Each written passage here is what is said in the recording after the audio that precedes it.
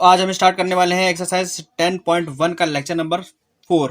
ठीक है, हम लोग क्या करने वाले हैं, सर्किल का हमने भी जो कुछ भी पढ़ा हुआ है ना, हम लोगों ने अभी तक क्या किया है, सर्किल के बेसिक कॉन्सेप्ट पढ़े हुए हैं और हमने क्वेश्चन नंबर 1 से लेकर के 7 तक के क्वेश्चन सॉल्व कर रखे हैं। ठीक है, आज हम स्टार्ट करने वाले क्वेश्चन नंबर 8 से सॉल्व करेंगे और सारे 8, 9, 10, 11, 12 जहां तक एक्सरसाइज है वहां तक हम इसको पूरा खत्म करेंगे आज के इस लेक्चर में। तो आज का वीडियो आप लोग पूरा जरूर देखना, क्योंकि हम लोग इसमें क्या करेंगे, आज 10.1 एक्सरसाइज पूरी खत्म करेंगे, एनसीईआरटी की बुक से, यूपी बोर्ड की किताब से पढ़ा रहे हैं। ठीक है, तो चलिए स्टार्ट करते हैं हम लोग क्वेश्चन नंबर 8 से अपना। और क्वेश्चन नंबर 8 सबसे पहले पढ़ते हैं क्या लिखा है यहाँ पर। देखो यहाँ पर क्या लिखा है, 5 सेंटीमीटर त्रिज्या के एक वृत्त पर उसके केंद्र से 13 सेंटीमीटर दूर एक बिंदु से स्पर्श रेखा खींची गई है। स्पर्श रेखा की लंबाई पूछी है। ठीक है, स्पर्श रेखा की लंबाई के हमने सारे क्वेश्चन करे हुए थे कल। लास्ट वाला क्वेश्चन हमारा थोड़ा जो डायग्राम बेस्ड था वो हमने बनाया था। ठीक, और हमने क्वेश्चन नंबर 8 जो है वो भी किसकी तरह का सॉल्व करना है, हमको 6 की तरह सॉल्व करना है। ठीक है, तो उसके लिए हमको एक फिगर की जरूरत पड़ेगी। हमने फिगर बना रखा है एक पेज में, पहले से ही पेज में। अब करना क्या, देखो 5 सेंटीमीटर की क्या त्रिज्या है, तो इसमें क्या करेंगे, इस फिगर में हम लोग अपनी जो त्रिज्या है इसको केंद्र को एक नाम दे देंगे। ये हमारा हो गया P और इसको एक नाम दे दो Q। ठीक है, तो इसकी त्रिज्या क्या होगी, OQ। OQ कितनी हो गई, 5 सेंटीमीटर, जैसा क्वेश्चन में कहा गया है। ठीक है, हमने रख लिया वहां पर। और कह रहा है कि उसके केंद्र से 13 सेंटीमीटर दूर बिंदु है। ठीक है, बिंदु जो है ना, ये P बिंदु केंद्र से कितनी दूर पर है, 13 सेंटीमीटर। 13 सेंटीमीटर की दूरी पर है। हमसे किसने क्या पूछा, स्पर्श रेखा की माप पूछी। तो स्पर्श रेखा हमारे पास क्या है, स्पर्श रेखा हमारे पास है PQ। तो PQ की माप बतानी है हमको। ठीक है, सबसे पहले देखो हमको पता है कि स्पर्श रेखा पर जो ये हमारा क्या त्रिज्या होती है ना, त्रिज्या यानी कि केंद्र से जो भी त्रिज्या खींची जाती है स्पर्श रेखा पर, वो क्या होती है, लंब होती है। ये बात पता है हमको। ठीक है, ये बात पता है। इसका मतलब क्या है कि अगर ये लंब है, इसका मतलब ये समकोण त्रिभुज है। समकोण त्रिभुज है तो पाइथागोरस प्रमेय लगाएंगे इस वाले त्रिभुज में। तो यहाँ लिखेंगे त्रिभुज OPQ में क्या करेंगे, पाइथागोरस प्रमेय से। ठीक है, पाइथागोरस प्रमेय लगा दो इसमें। अब पाइथागोरस प्रमेय लगाएंगे तो पाइथागोरस प्रमेय क्या होती है, कर्ण का स्क्वायर। देखो इस वाले फिगर में कर्ण ये है, ये आधार है और ये लंब का काम करेगा। ठीक है, तो कर्ण क्या है हमारा, OP है। तो OP का स्क्वायर बराबर लंब, लंब क्या है हमारा, OQ है। तो OQ का स्क्वायर प्लस आधार क्या है, PQ है। तो PQ का स्क्वायर है ना। अब हमारे पास सारे वैल्यूज दिए हैं यहाँ पर। देखो OP का वैल्यू कितना है, 13 है, तो 13 रख दो यहाँ पर। OQ का वैल्यू कितना है, 5 है, तो यहाँ पर रख दो 5। तो 5 का स्क्वायर हो गया प्लस PQ। ये हमारा वैसे लिखा रहेगा। हमको PQ फाइंड करना है मेन, यही हमारा आंसर आ जाएगा। ओके, तो देखो करना क्या है, PQ यहाँ रखो, 5 का स्क्वायर उधर भेज दो। तो 13 का स्क्वायर हो गया 169, 5 का हो गया 25, 25 को उधर लिया, माइनस का हो जाएगा। यहाँ पर क्या आएगा, PQ का स्क्वायर। ठीक है, इन दोनों घटाओ जरा, तो कितना आएगा यहाँ पर 144। ठीक है, तो यहाँ क्या बचेगा, PQ का स्क्वायर। 144 हमको पता है 12 का स्क्वायर होता है। 12 का स्क्वायर बराबर हो गया PQ का स्क्वायर। स्क्वायर से स्क्वायर कैंसिल, PQ बराबर आ गया 12 सेंटीमीटर। तो स्पर्श रेखा की लंबाई कितनी आ गई हमारे पास, आ गई स्पर्श रेखा की माप 12 सेंटीमीटर। ये हमारा क्या है, आंसर है। ठीक है, इस क्वेश्चन का आंसर हमें आ गया। क्वेश्चन नंबर 8 हमारा सॉल्व हो गया। ठीक है, इसके बाद हम चलते हैं क्वेश्चन नंबर 9 पर और देखते हैं क्या है। क्वेश्चन नंबर 9 पर लिखा है, कथनों में से सत्य तथा असत्य की हमको असत्य छांटना है। ठीक है, सत्य तथा असत्य छांटने के लिए हमारे पास कितने यहाँ पर क्वेश्चन है, हमारे पास क्वेश्चन नंबर 5 है। ठीक है, हमारे पास 5 क्वेश्चन है। देखो 1 2 3 4 5। ठीक, करना क्या है, सबसे पहले पहला हमारे पास लिखा है, वृत्त की कोई स्पर्श रेखा तथा स्पर्श बिंदु से खींची गई त्रिज्या एक दूसरे पर लंब होती है। ठीक है, तो हमें ये बताना है। अगर ये बताना है तो अगर हम इसको फिगर में देख लेंगे तो हमें ज़्यादा अच्छे से समझ में आएगा। ठीक है, इसके लिए हमने फिगर बनाया। देखो क्या कह रहा है, वृत्त की कोई स्पर्श रेखा और स्पर्श बिंदु से खींची गई त्रिज्या। स्पर्श बिंदु हमारा यही होता है ना, P। यहाँ से अगर त्रिज्या खींचेंगे तो OP हमारी क्या हो जाएगी, त्रिज्या हो जाएगी। एक दूसरे पर लंब होती है। अगर ये लंब ना होती, ठीक है, कोई भी स्पर्श रेखा हो और स्पर्श बिंदु से अगर त्रिज्या खींचेंगे तो वो उस पर लंब ही होगी हमेशा। क्योंकि अभी हमने जो क्वेश्चन किया है, देखो इसमें क्या था, ये स्पर्श रेखा थी और स्पर्श हम लोग स्पर्श बिंदु से क्या कर रहे थे, त्रिज्या खींच रहे थे, तो ये क्या इस पर लंब थी। ठीक है, जैसे ये लंब थी वैसे ही क्या होगा, यहाँ पर भी वो लंब ही होगी। ठीक है, इस जगह पर भी क्या होगी, ये लंब ही होगी, यहाँ से 90 डिग्री का ही कोण बनाएगी। ठीक है, तो हमारा जो पहला वाला है ना, सत्य और असत्य में से पहला हमारा क्या हो गया, सत्य हो गया, यानी कि पहला हमारा ट्रू है। ठीक है, ये क्या है, सत्य है। दूसरा क्या है, वृत्त के किसी बाह्य बिंदु पर दो बराबर स्पर्श रेखा खींची जा सकती हैं। तो वृत्त के किसी भी बाह्य बिंदु से वृत्त पर दो बराबर स्पर्श रेखा खींची जा सकती है। स्पर्श रेखा की नहीं बात हो रही, बराबर स्पर्श रेखा की बात हो रही है। तो देखो वृत्त, अगर हमारे पास ये एक वृत्त है, ठीक है, और हमने क्या किया, इसके बाहर कोई बिंदु ले लिया, ये P। ठीक है। और हमने क्या कि इससे 2 स्पर्शरेखा तो खींच दी हैं, क्या ये बराबर है कि नहीं? तो हमने क्या किया, ये 4.5 सेंटीमीटर ये ले लिया, 4.5 सेंटीमीटर ये ले लिए, 2 हमने खींच के दिखाई हैं, और क्या ये स्पर्शरेखा इसको टच कर रही है? बिल्कुल। और क्या ये बराबर है? तो बिल्कुल ये बराबर है, ठीक है। तो ये पॉसिबल है कि वृत्त से बाहर स्थित किसी बिंदु से 2 बराबर स्पर्शरेखा खींची जा सकती हैं, ये बिल्कुल सत्य है, इसलिए ये क्या हमारा ट्रू हो गया, ये भी हमारा ट्रू था, ठीक है। बात करते हैं थर्ड नंबर की। तो थर्ड नंबर क्वेश्चन हमारे पास क्या लिखा है, ये पढ़ो यहाँ पे ध्यान से। लिखा है वृत्त के बाह्य बिंदु से वृत्त पर जो 2 बराबर रेखाएं खींची जा सकती हैं, जो कि अभी हमने खींची है, ठीक है, उनके बीच का कोण सदैव न्यून कोण होता है। अब देखो, इसके लिए हमने आपके लिए ये जो तीसरा नंबर लिखा है, इसमें 2 फिगर बनाए हमने। क्यों?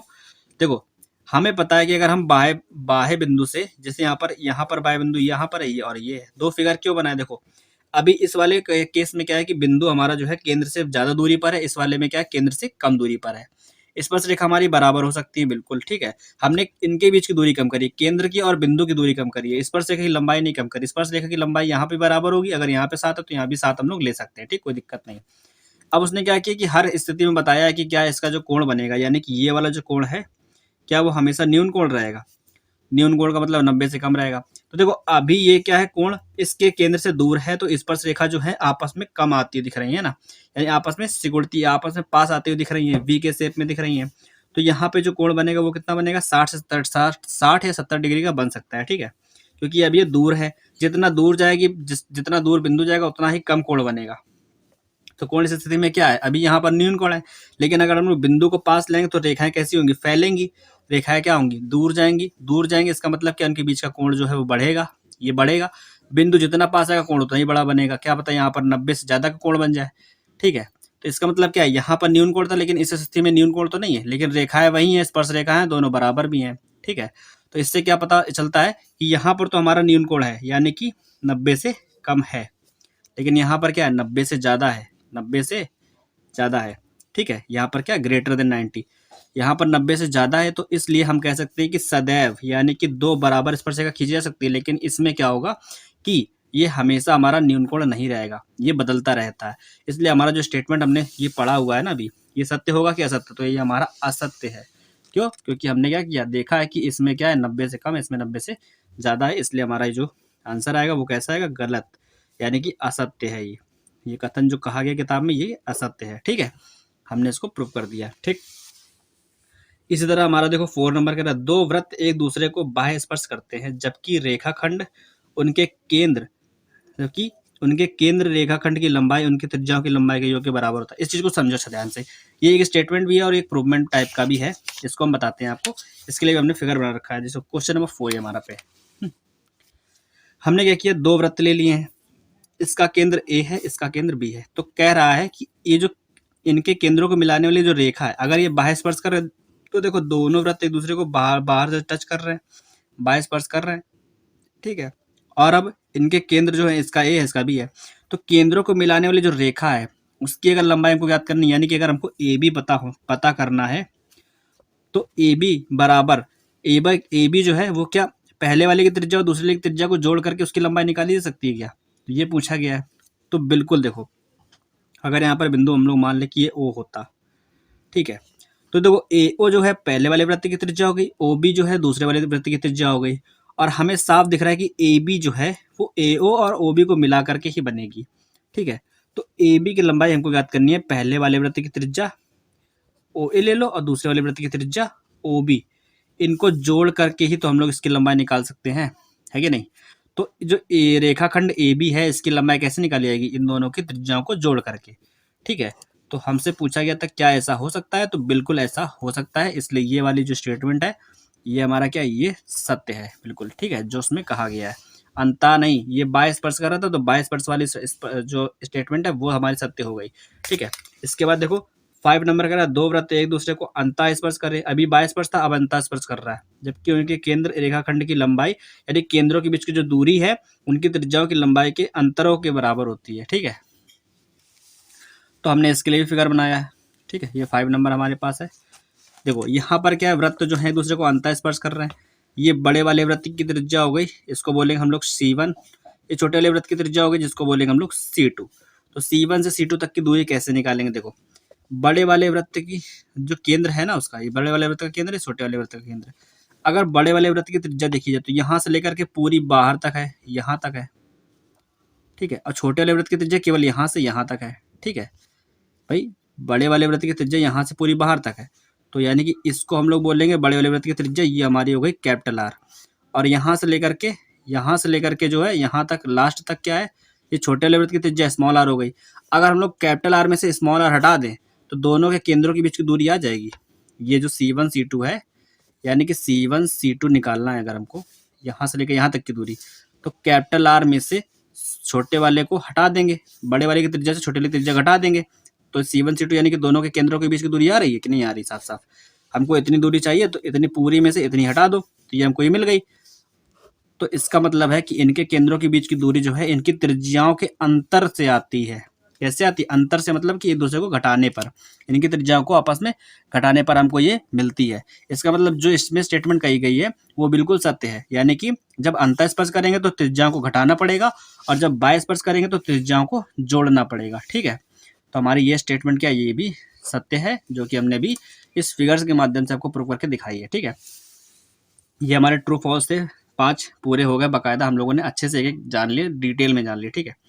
अब आते हैं हम लोग क्वेश्चन नंबर 10, 11 और 12, इन तीनों को निपटाते हैं और खत्म करते हैं अपना आज का ये वीडियो, ठीक है। ज़्यादा लंबा भी ना हो इसलिए हम लोग ध्यान रखेंगे। क्वेश्चन नंबर 10 हमारे पास ये है, इसका फिगर आपके सामने है, देखो पढ़ो। लिखा है इस आकृति में ABCD एक चक्रीय चतुर्भुज है। ABCD एक चक्रीय चतुर्भुज है, क्यों? क्योंकि ये एक सर्किल के अंदर बना है, ठीक है। वृत्त की स्पर्श रेखा यहाँ पर क्या,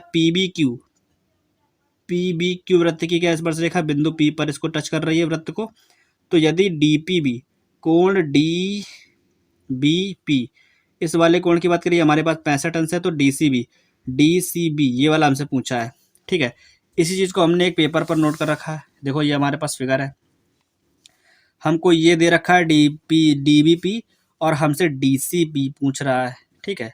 ये वाला कोण हमसे पूछा है, क्या पूछा है हमसे, DCB, ये हमसे पूछा है, मेन चीज ये है, ओके। तो ये हमारे पास क्वेश्चन है, ये हमने इसको बना लिया है, अब हमको सिर्फ वो ज्ञात करना है, बाकी सारा काम हमारा इससे ही होना है, तो हम लोग को किताब के क्वेश्चन की जरूरत नहीं है, ठीक है। इसको देखना है ध्यान से, इसी को समझना है और इसी से हमको सॉल्व भी करना है, ठीक है। देखो ध्यान से, पहले करेंगे क्या, हमें पता है कि अगर हम लोग केंद्र से स्पर्श रेखा पर त्रिज्या खींचेंगे, स्पर्श बिंदु से अगर त्रिज्या खींचेंगे तो क्या होगी, वो उस पर लंब होगी, जाहिर सी बात है।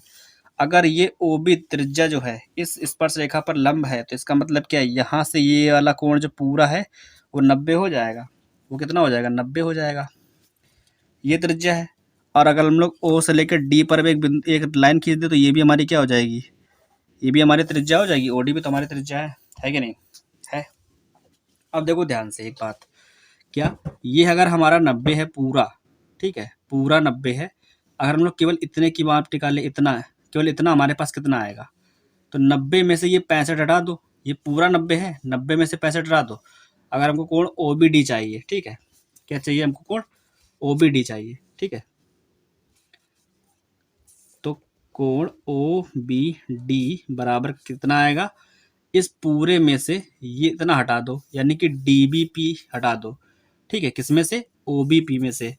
तो OBP में से DBP हटा देंगे, DBP हटा देंगे तो हमारे पास आ जाएगा OBP कितना है, 90 है, DBP कितना है, 65 है, घटाओ जरा दोनों को, 90 में से 65 घटा दे, हमारे पास कितना आ जाएगा, 25 आ जाएगा, ठीक है। ये हमारा आ गया OBD क्या, इस वाले त्रिभुज के अंदर का पहला कोण ये है हमारे पास, ठीक है। ये हमारे पास कितना आ गया, 25 आ गया, ठीक। अब ध्यान से देखना, त्रिभुज OBD में ये जो OBD है हमारा कैसा त्रिभुज है, देखो यहाँ पर ये OB जो है त्रिज्या है, OD भी त्रिज्या है, ये त्रिज्या आपस में क्या होती है, बराबर होती हैं। अगर ये दो भुजाएं बराबर हो गए, इसका मतलब क्या है, इसका मतलब ये है कि हमारा जो त्रिभुज है वो कैसा, समद्विबाहु त्रिभुज है। तो समद्विबाहु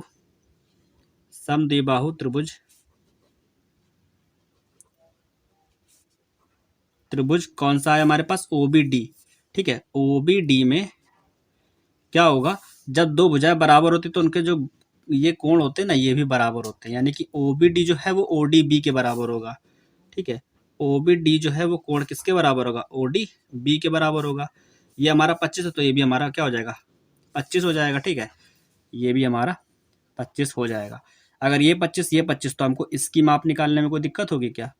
ठीक है, तो हम लोग क्या करेंगे, त्रिभुज ओ बी डी में ही, इसी वाले त्रिभुज में क्या करेंगे, ओ बी डी में, इसी में क्या होता है, तीनों कोणों का योग, यानी कि इसका, इसका और ये कोण ओ जो है। ठीक है, यानी कि बी ओ डी, तीनों कोण ले लो, बी ओ डी प्लस कोण ओ बी डी और प्लस कोण ओ डी बी। ठीक है, ओ डी बी, ये वाला कोण, ये वाला कोण और ये वाला कोण, तीनों का योग 180 होता है, सबको पता है। ठीक है, ये होता है। अब हमको बी ओ डी की माप नहीं पता है, लेकिन ये पता दोनों 25-25 हैं। ये भी 25 हो गया, ये भी 25 हो गया, और इसकी हमको पता ही नहीं है, इसी को हमको निकालनी है। बराबर में क्या आ गया, 180 आ गया। ठीक है, इन दोनों को जोड़ दो, 50 उधर ले जाओ, 180 में से घटा दो, 180 में से 50 घटाओ, कितना आएगा, 130 आएगा। ठीक है, ये आया हमारे पास। और हमने अभी जब आपको कॉन्सेप्ट पढ़ाए थे वृत्त के, तो बताया था कि एक ही जीवा से अगर कोई कोण केंद्र पर बना है और एक ही जीवा से कोई कोण अगर परिधि पर बना है, तो परिधि पर बना कोण केंद्र पर बने कोण का आधा होता है, या फिर इसको दूसरी भाषा में बोले तो केंद्र पर बना कोण परिधि में बने कोण का दुगना होता है, ये होता है। ठीक है, तो जो हमारा केंद्र पर बना कोण है वो क्या है, ओ बी ओ डी। ठीक है, क्या है, बी ओ डी। ठीक है, चूंकि हमको पता है कि कोण बी ओ डी ये क्या होता है, ये दुगना होता है किसका, परिधि पे बने कोण का, बी ए डी के। ठीक है, बी ए डी का, बी ओ डी की वैल्यू कितनी है हमारे पास, 130 है, तो 2 गुणे बी ए डी, तो 2 से हम लोग 130 को काटेंगे, कितना आएगा हमारे पास, 65 आएगा। तो कोण बी ए डी बराबर आ गया 65। ठीक है, ये आ गया हमारे पास। अब इसको बचा के रखना है, क्योंकि यही हमारे काम आएगा। ठीक है, ये हमारे पास 65 आ गया, अब हमको मिल गया ये। ठीक है, अब हम लोग एक प्रॉपर्टी और लगाएंगे। एक प्रॉपर्टी वो क्या है, वो हमारे पास ये है कि चक्रीय चतुर्भुज में सम्मुख कोणों का योग 180 होता है। ये हमने पढ़ाई थी आपको। ठीक है, जब हम लोग गुण पढ़ा रहे थे, आपने 7, 8, 9 गुण पढ़े थे, तो उसमें बताया था कि चक्रीय चतुर्भुज, चक्रीय चतुर्भुज के सम्मुख कोण, सम्मुख कोणों का योग कितना होता है, 180 होता है। ठीक है, तो सम्मुख कोण कौन कौन से हैं, कोण ए प्लस कोण सी। ठीक है, तो यहाँ पे हम लोग अतः क्या लिख सकते हैं, कोण ए प्लस कोण सी बराबर 180। ये सम्मुख कोण है ना दोनों, कोण ए और सी। ठीक है, सी का मतलब क्या है, D B D C B, C का मतलब है डी सी बी। ठीक है, तो कोण ए तो हमारा 65 है, और कोण सी को अगर हम लोग सही से लिखें तो डी सी बी लिखेंगे। ठीक है, तो कोण, क्योंकि हम लोग इस चक्रीय चतुर्भुज की बात कर रहे हैं ना, तो ये हो गया हमारा डी सी बी बराबर 180। तो कोण डी सी बी की माप क्या निकलेगी फिर हमारी, कोण डी सी बी बराबर 180 माइनस 65, घटा दो जरा, तो डी सी बी बराबर हमारे पास आ जाएगा 115। और यही हमारा क्या है, यही हमारा आंसर है इस क्वेश्चन का। ठीक है, ये हमारा आंसर है इस क्वेश्चन का। आप लोग इसको ध्यान से दोबारा देख लेना अगर ना समझ में आया हो तो। वैसे क्वेश्चन ज़्यादा बड़ा नहीं है, हमने एक पेज में पूरा सॉल्व किया हुआ है। फिगर आपको अच्छे से समझाया है, बड़ा फिगर बनाया, बुक में छोटा है, समझाने के लिए दोबारा बनाया है इसको। तो मेहनत आपको भी करनी पड़ेगी, समझना है तो। ठीक है, इसको समझना अच्छे से समझ में आया तो वीडियो को लाइक करो, अपने चैनल को सब्सक्राइब करो, दोस्तों भी शेयर करो। ठीक है, इसको तब तक हम लोग चलते हैं क्वेश्चन नंबर अगले पर। हमारे 10 नंबर तक क्वेश्चन सॉल्व हो गए हैं। हम लोग चलते हैं क्वेश्चन नंबर 11 पर, देखते हैं उसमें क्या दिया है। ठीक है, क्वेश्चन नंबर 11 आपके सामने लिखा हुआ है, लिखा है कि दो वृत्त परस्पर बाह्य स्पर्श करते हैं। बाह्य स्पर्श करते हैं, तो अभी हमने जो प्रॉपर्टी पढ़ी है बाह्य स्पर्श करने वाली, हम लोग उसको देखेंगे और सॉल्व करेंगे। उनकी त्रिज्याएं दे रखी हैं, पहले वाले की 3.6 है, पहले दूसरे वाले की 1.6 है। इनके केंद्रों के बीच की दूरी ज्ञात करनी है। ठीक है, तो अभी हमने जो स्टेटमेंट पढ़ी तो केंद्रों के बीच की दूरी के लिए ही पढ़ी थी। ठीक है, तो ये हमारे पास फिगर है उसके लिए। ठीक है, पहले वाले की त्रिज्या कितनी है, तो क्वेश्चन में देख करके बताते हैं कि पहले वाले की त्रिज्या 3.6, दूसरे वाले की 1.6 है। ठीक है, तो इसकी मान लेते हैं त्रिज्या जो है वो कितनी है, 3.6 है, इसकी 1.6 मान लेते हैं, ये त्रिज्या है। ठीक है, इस वाले बिंदु को मान लेते हैं P। ये जो बिंदु है ये P हो गया, ठीक है। तो केंद्रों के बीच की दूरी यहाँ पर क्या है, केंद्रों के बीच की दूरी है हमारे पास AB, क्योंकि हमको पता है कि केंद्रों के बीच की दूरी बराबर होता है R1 प्लस R2, यानी कि दोनों वृत्तों की त्रिज्याओं का योगफल होता है, ठीक है, ये हमें पता है। तो इस वाले वृत्त की त्रिज्या क्या है, तो यहाँ लिखोगे AB बराबर R1 हमारे पास क्या है 3.6 है, और R2 कितनी है हमारे पास 1.6। यहाँ पे पहले लिख लेना कि चूंकि R1 का मान हमारे पास 3.6 सेंटीमीटर है और R2 हमारे पास कितनी है 1.6 सेंटीमीटर है, तो हमारे पास दोनों त्रिज्या पता है ना, दोनों के मान रख दिए, दोनों को जोड़ देंगे, कितना आ जाएगा हमारे पास 5.2, ठीक है, ये हमारे पास आ जाएगा आंसर। तो केंद्रों के बीच की दूरी हमारे पास क्या है 5.2 सेंटीमीटर, ठीक है, ये हमारी है केंद्रों के बीच की दूरी। दोनों की त्रिज्याओं को योग कर देंगे तो केंद्रों के बीच की दूरी आ जाएगी, AB की वैल्यू निकालेंगे, दोनों को जोड़ देंगे, 3.6 1.6 जोड़ दिया 5.2 आंसर आ गया हमारा, ठीक है, ये हमारा क्या है आंसर है, ठीक। अब हमारा 11 नंबर क्वेश्चन तो आराम से हो गया। 12 नंबर और देख लो, इसके बाद एक्सरसाइज खत्म हो जाएगी। क्वेश्चन नंबर 12 में कह रहा है दो अंतःस्पर्शी वृत्तों की त्रिज्याएं दे रखी हैं 4.5 2.5, इनके केंद्रों के बीच की दूरी बतानी है। देखो अंतःस्पर्श बाह्यस्पर्श दो ही हमने स्थिति पढ़ी तो दोनों ही आ गई हैं। बाह्यस्पर्श वाले में क्या करते हैं कि दोनों के त्रिज्याओं को जोड़ते हैं, और अंतःस्पर्श वाले में दोनों की त्रिज्या घटा देते हैं, 4.5 और 2.5 है ना। तो ये हमारे पास क्या है चित्र है हमारा, है ना। बड़े वाले त्रिभुज जो वृत्त है उसका जो केंद्र है वो हमारे पास कितना है C1। तो यहाँ से लेकर के जो इसकी ये त्रिज्या है C1 के लिए, C1 वाले के लिए मान लेते हैं त्रिज्या कितनी R1 है, जो कि हमारे पास 4.5 सेंटीमीटर दे रखी है, और छोटे वाले वृत्त की जो C2 है जिसका केंद्र, उसकी त्रिज्या क्या मान लेते हैं R2, जो कि हमारे पास कितनी है क्वेश्चन में 2.5 सेंटीमीटर है, ठीक है। क्वेश्चन अभी हमने पढ़ा है 4.5 और 2.5 है, ठीक है। निकालना क्या, केंद्रों के बीच की दूरी निकालनी है, यानी कि C1 C2 का मान ज्ञात करना है, ठीक है।